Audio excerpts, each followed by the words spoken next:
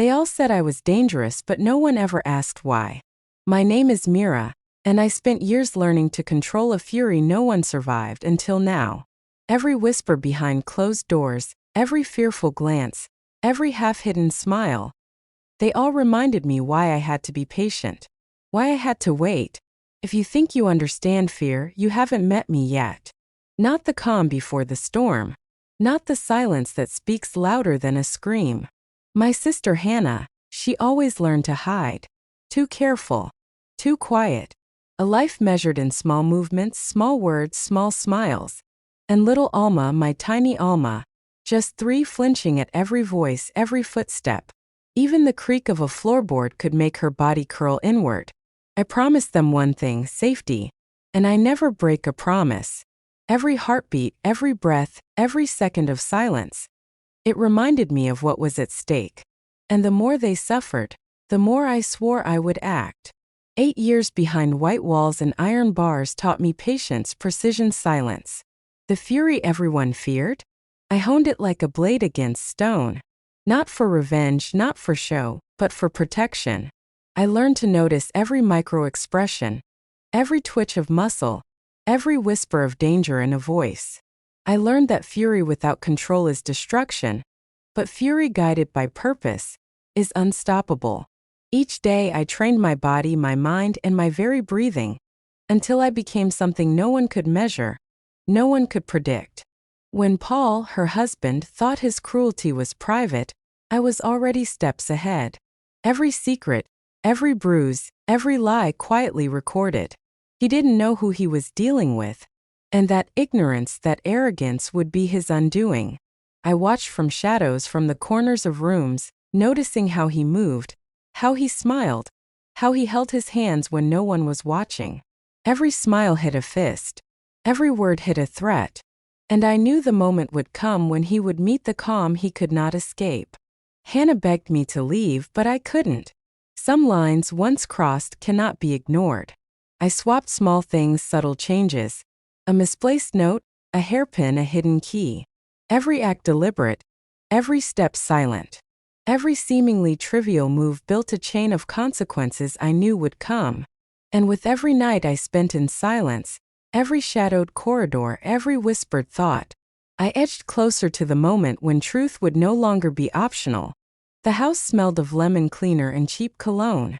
Mrs. Latham, that mother-in-law, moved like an inspector through the rooms, finding fault in everything. The air felt thick with unspoken rules, tension coiled tight around corners. Paul smiled at me the way a man believes cruelty is private. But secrets have a way of unraveling quietly, until they can't. Every step I took was measured. Every breath counted. I could feel Alma's tiny heartbeat against my side, reminding me that patience was as lethal as anger. And then little Alma flinched at a raised voice.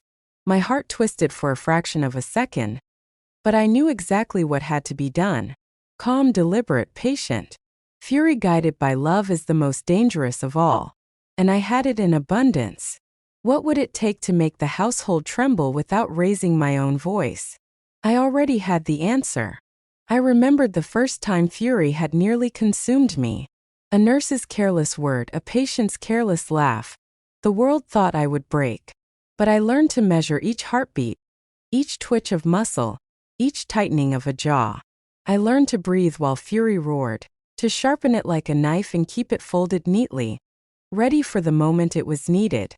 8 years of this, 8 years of silence, had built me into something precise, something unstoppable. Paul never suspected the smallest of things. The shift in a glance, the absence of a note where he expected it, the slight change in the arrangement of furniture. He was predictable, his patterns obvious to anyone watching closely. I watched, I waited, I mapped every habit. And each moment, each micro detail, built toward the moment where justice wouldn't need noise, wouldn't need screams. Only inevitability. One evening, when Paul was drunk and loud, I met him not with anger, only calm. Unshakable, deliberate calm. The room seemed to hold its breath, the air thick, waiting. And as he lunged with fists first, I did what I had learned in silence: catch, twist, control. each movement precise, trained over years, flowing from fury and love alike. He struggled, but he couldn't escape the inevitability. Every action led him closer to the truth he had hidden for too long. As I held him, I saw the pattern of cruelty unravel in his eyes. Every hidden bruise, every whispered insult, every lie he thought would remain secret was laid bare. And yet, I did not gloat. I did not yell. Silence carried the weight of justice far heavier than any scream could. Alma watched from a corner, trembling. And I knew she would never forget this moment, just as I would never forget why it was necessary. The house was quiet again, but only briefly. The storm had only begun. And I was ready for everything that came next. The nights were the hardest. The quiet settled over the house like a heavy blanket. Yet beneath it, tension hummed like an electric current. I moved through rooms silently, watching, listening. Paul thought the darkness hid him. He didn't know that I had memorized every step, every creak of the floorboards, every sound that betrayed his secrets. Each sound became a clue. Each clue, a thread in a web he would not escape. He drank in the evenings, his anger swelling with each sip. His polite mask at dinner was gone, replaced by a man whose fists were louder than words. I watched from the hallway, every muscle in my body poised, every thought calculating. And in those moments, I reminded myself, patience is a weapon sharper than rage, and I was armed beyond measure. What would he do next? I was ready to find out. I began subtle manipulations. A misplaced note here, a half-closed drawer there, small adjustments that made him question his surroundings. He thought he was imagining things, paranoia creeping in slowly. Meanwhile, I documented everything. Receipts, bruises, missed appointments, forgotten promises. Each piece of evidence was a quiet hammer, ready to shatter his facade. And he didn't suspect a thing. There were moments when I doubted myself. Was this rage justified?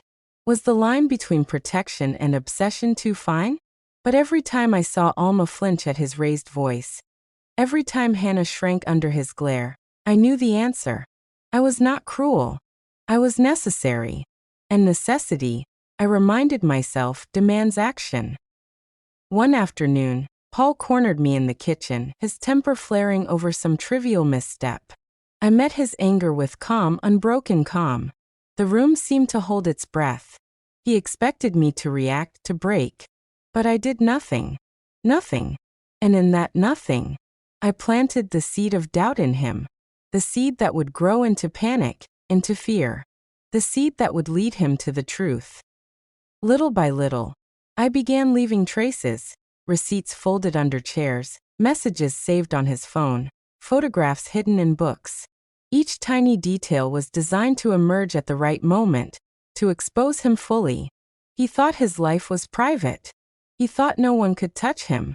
But I had all the proof, quietly, invisibly. And when the moment came, it would be unstoppable.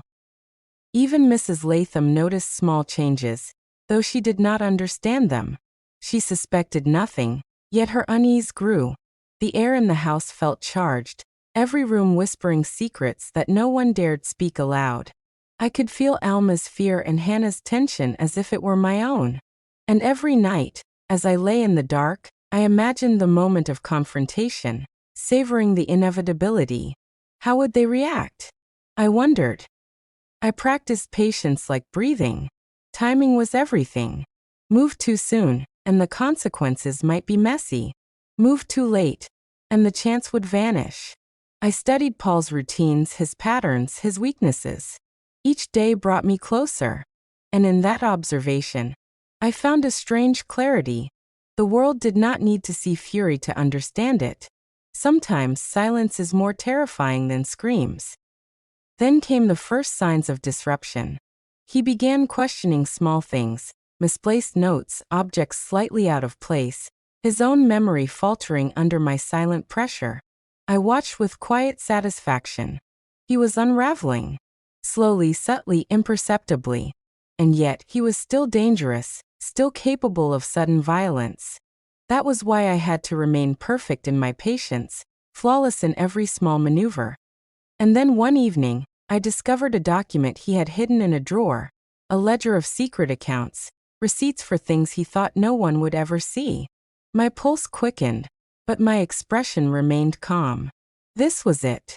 The thread that would unravel everything. The moment of truth was approaching, and it would arrive silently, like all the rest of my actions. But what would happen when it finally emerged? The ledger in my hand was heavier than any weight I had ever carried. Every page a secret, every receipt a proof of cruelty he thought was invisible.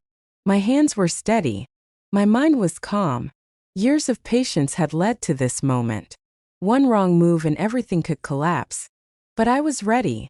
The air around me seemed to thrum with tension. Every creak of the floorboard a drumbeat for what was about to unfold. I waited for the right moment, the perfect intersection of his ignorance and my preparation. Paul never suspected that I had mapped every escape route, every hiding spot for his evidence. Each room, each corner, each shadow, all were mine to command. As I moved through the house, invisible, silent, I felt the thrill of inevitability. He would see the truth, and there would be no turning back. He came home late, drunk and loud, slamming doors, raising his voice at nothing. I met him in the hallway, calm as ever. His eyes flicked to the ledger in my hand, confusion first, then recognition, then fear. He tried to bluff, to charm, to threaten. But I had rehearsed this, every word, every pause, every step. And as I laid out the evidence, bruises, receipts, photographs, messages, the walls seemed to close around him. He realized the world was watching him now, even if it hadn't arrived yet. I made him recount everything. Every night he had hidden, every lie he had told, every cruel word spoken to Hana, every flinch Alma had endured. His pride cracked slowly, painfully. He tried to resist, tried to escape, but I held him in the calm of inevitability.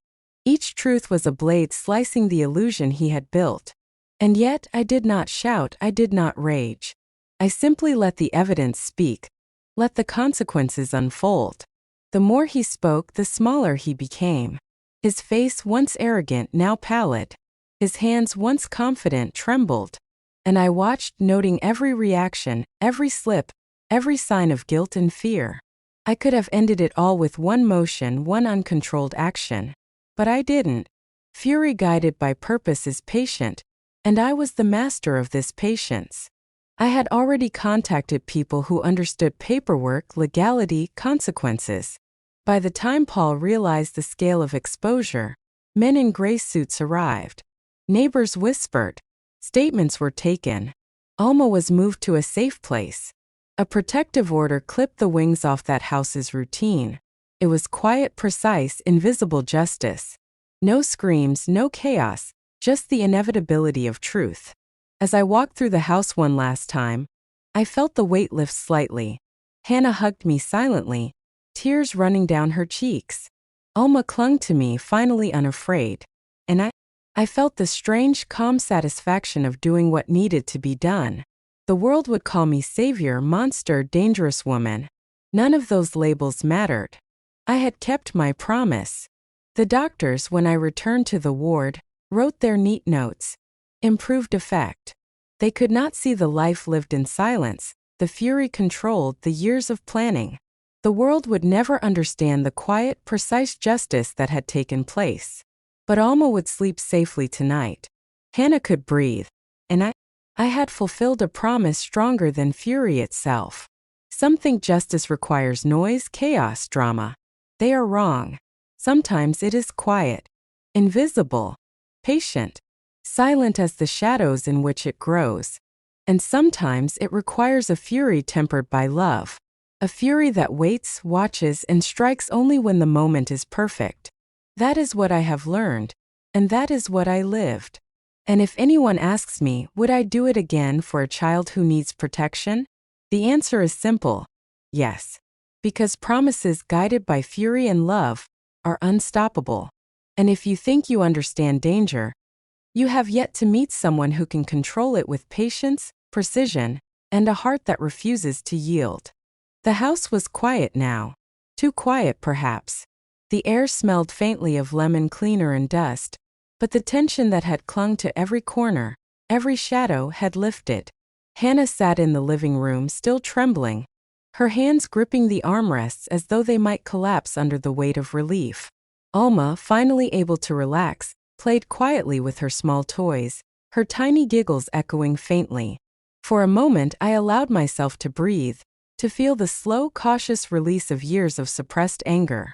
I thought back to the first time I realized my fury was different, dangerous even. The first nurse's careless remark, the first patient's laughter at my expense. The moment I felt the raw, uncontrollable power inside me. 8 years in the ward taught me restraint, precision, patience. I learned to fold fury like a blade and keep it hidden, sharpened, ready. Every step I had taken since then, every silent observation, every careful action, was a preparation for this moment. The moment I could protect those who could not protect themselves.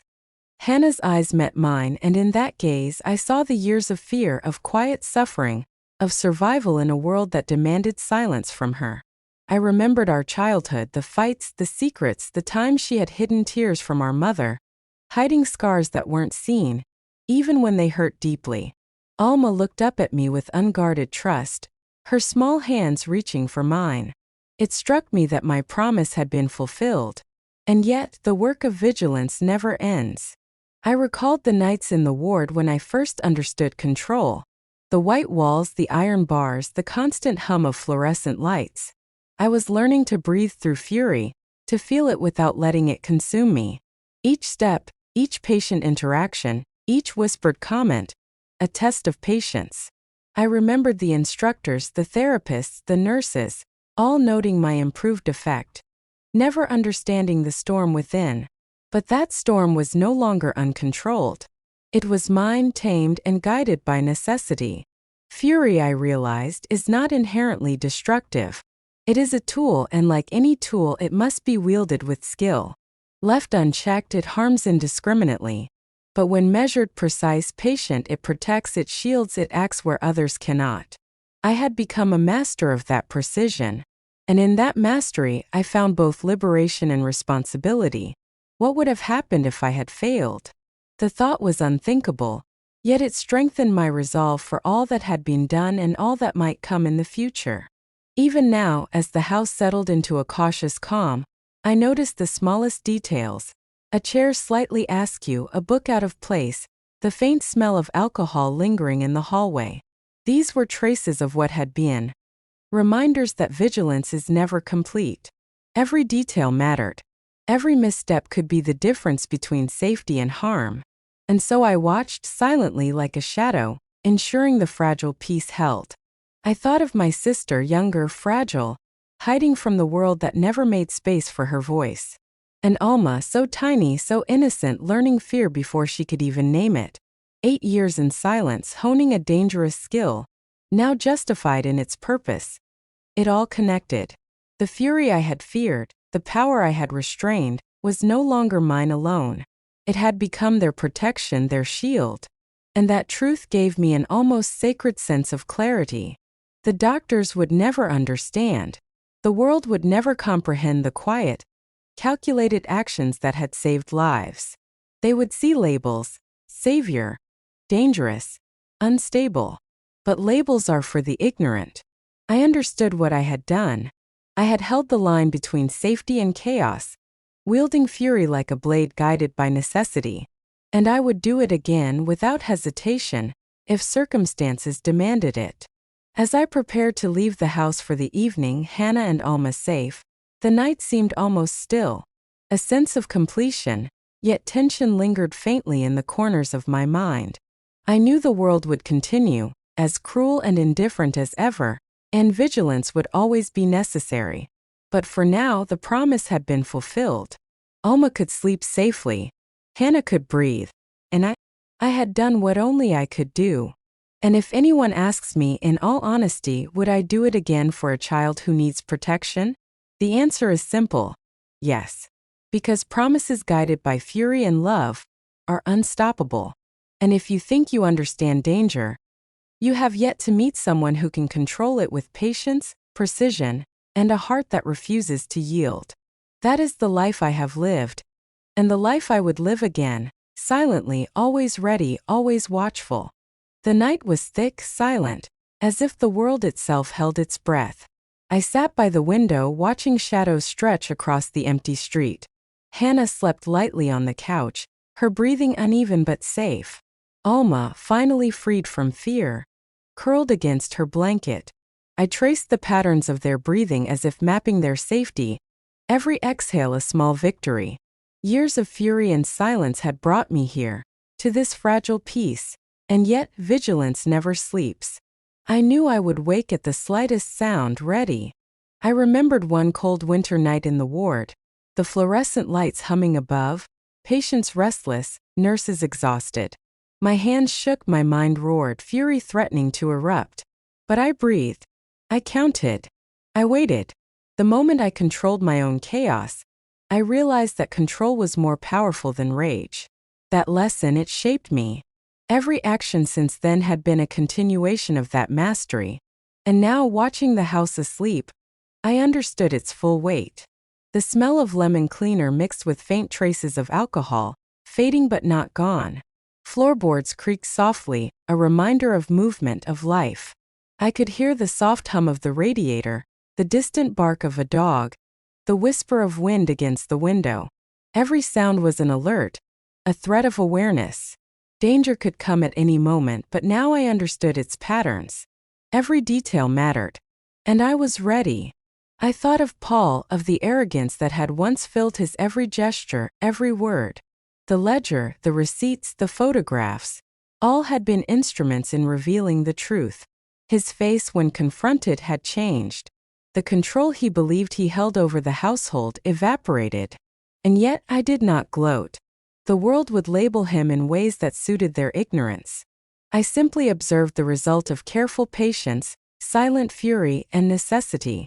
That was enough. And yet a part of me wondered, what if someone else had taken notice? What if the ripple of exposure reached beyond the house? Would the fragile safety I had built survive? I breathed slowly, acknowledging the thought, letting it pass. Every hero's path carries shadows. Every promise carries weight. I had chosen mine, and I would uphold it, silently, relentlessly.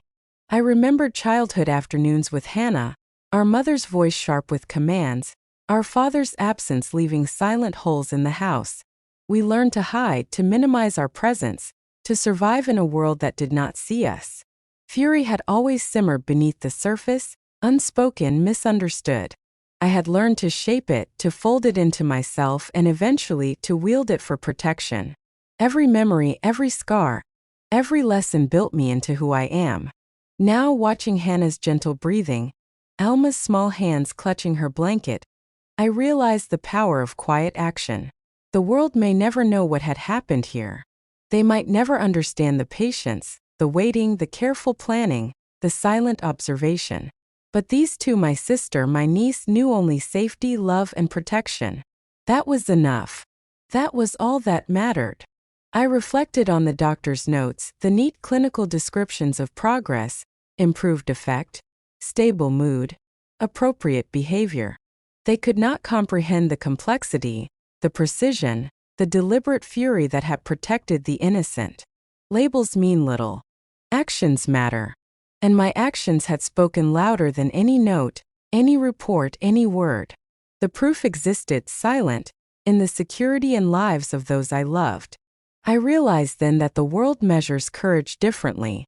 They see noise and chaos, but not the quiet, controlled, deliberate power that ensures survival. The fury I had feared, the danger they warned about, had become my shield, my instrument, my tool. It was no longer a curse, it was a promise, and I had kept it flawlessly. And if ever it were required again, I would do it with the same precision, the same patience, the same love.